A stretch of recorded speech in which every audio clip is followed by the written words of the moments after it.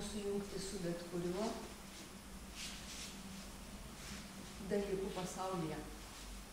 Per kvėpavimą mes galim susijungti su bet kuo. Ir kvėpavimu mes galim pakviesti bet ką į save. Bet kurią energiją mes galim pakviesti į save per kvėpavimą sąmoningai.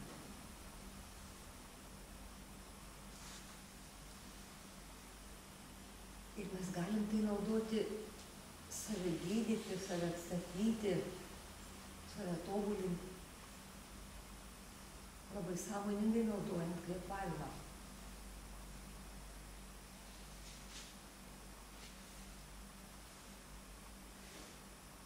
Kartais būna gyvenime situacijų, kurios mums parodo, tarsi, kad kažko mums trūksta, parodo mūsų, sakytume, tai, ką vadinam neigiamas pusės, ar ne? Jeigu taip sąžiningai save tik pažiūrim, labai svarbu būti sąžiningu su pačiu savimi. Tai yra labai didelis gelbėjimosi ratas, labai didelis patarėjas, labai kelrodis sąžiningumas su pačiu savimi. Tik nemaloniose situacijose, nekomfortiškose. Svarbiausia išlikti sąžiningu su pačiu savimi. Nes jeigu mes suvokiam ir pripažįstam savo, nebūtina pasakot kiekvienam sutiktam ar visiems, kad to, jeigu mes to nenorim, bet išlikti pačiam su savimi. Taip, man tą rodo, ar tą rodo, ar tą, man sapnas tą rodo. Ką daryti?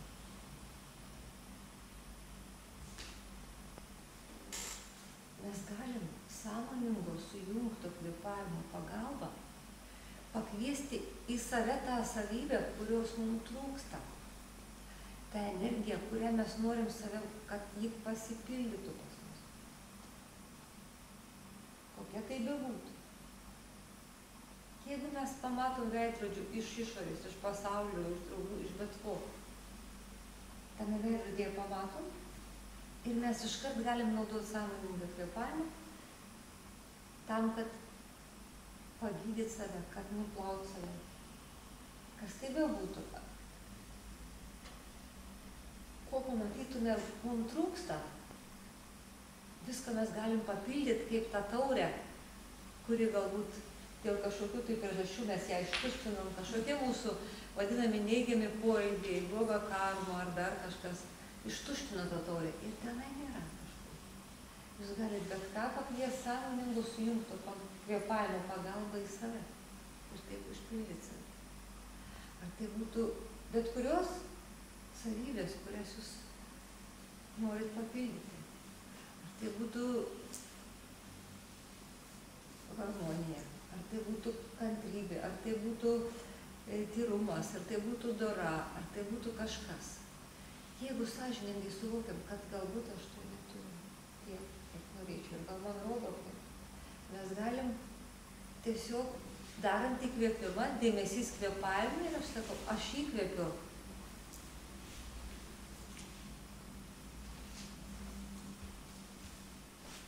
Tokią energiją, kurią aš noriu turėti, vardinant savo vidinį erdvėje. Nebūtina sakyti žodžiai savo. Nereikia kartoti. Vidinė erdvė pasakyti. Aš įkvėpiu tyrumą. Aš įkvėpiu harmoniją. Aš įkvėpiu ramybę. Būkit tikslus pasirinkdami tą žodį ir tą savybę. Ką jūs norit savo papildyti ir ką norit turėti. Nes dvasiai nėra, dvasia neturi, jei nėra ribų, ji gali viską toj pat pateikti ir tai eis vienareikšmiškai taip, kaip jūs pasakysit savo.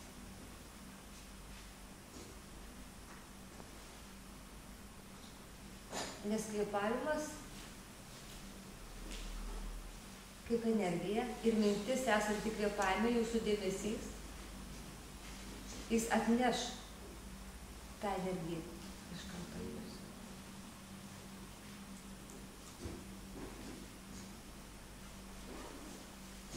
Ir kai žmogus kankinasi, sako, kaip man tapti tokiu, aš nežinau, kaip tapti tokiu, mane kažkas kankina, man to trūksta, ar to, ir žmogus ima suvokti, kad aš įkvėpiu kuklumą.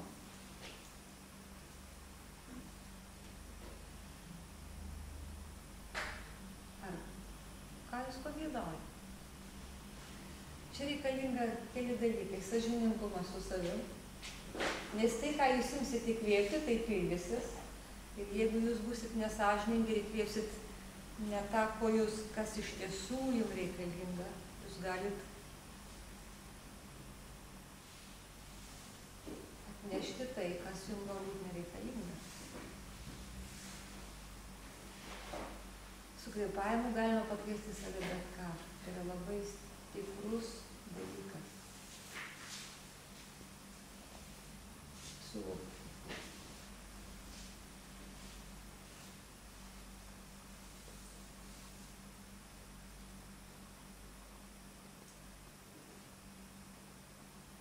Ir dar vienas momentas svarbus šioje praktikoje darant tai yra tai, kad kai jūs imsit įkvėpti ar kuklumą, ar dorumą, ar dar ką jūs norit pakviesti save, jūs galit pajausti, kad kažkodėl tai neina. Todėl būkit jautrus, jauskit, kas vyksta ir atsipalaiduokit, priimkit tai. Nes jeigu mes neturim kažko, įvardėm, kad kažko mums trūksta, tai yra priežastis, dėl ko tai nėra. To nėra. Viduje, žmogaus visoje sistemoje yra priežastis, dėl ko tai nėra. Ar tai įsitikinimas, ar tai pasiekmė, reiškia karma, dėl kažko to nėra. Ir kai jūs kviesit tą gryną energiją, tą savybę, tai gali susitikti, kas gali nenorėti to įvesti. Todėl labai subtiliai atsiverkit tuo metu, kai jūs įkvėpėte. Nereaguokit ir nesipriešinkit tam, kas vyksta, nes gali būti toks susitikimas to darinio, kuris neleidžia tam būti daugiau gyvenime natūraliai, reiškia kažkas tai yra.